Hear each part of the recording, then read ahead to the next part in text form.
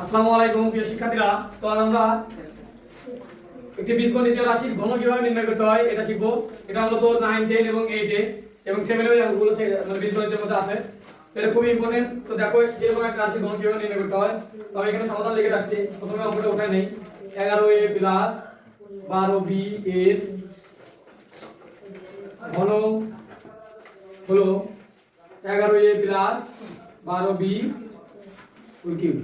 তো আমরা দেখো a প্লাস b হোল কিউবের একটা সূত্র জানি, a cube plus 3a square b plus 3a b square plus b cube.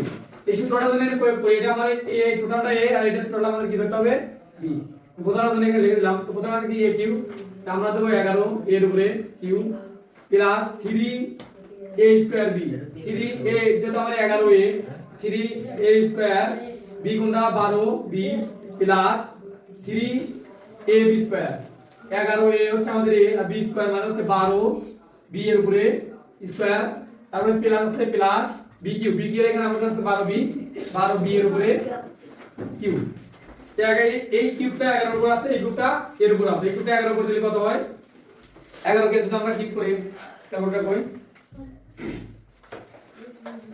11 কে যদি আমরা কিউব করি কি হচ্ছে গুণন 1331 হচ্ছে কত? 1331 a কিউব প্লাস দেখো এখানে 3 ইনটু যদি 11 কে আমরা স্কয়ার করি, 11 কে যদি আমরা স্কয়ার করি হচ্ছে 121 a square into 12b plus 3 into 11a এটা আছে, এটা তাই রাখছে এখানে 12b 12 স্কয়ার করলে 12 বার 140 b স্কয়ার প্লাস 12 কে যদি আমরা কিউব করি 12 গুণন 12 1728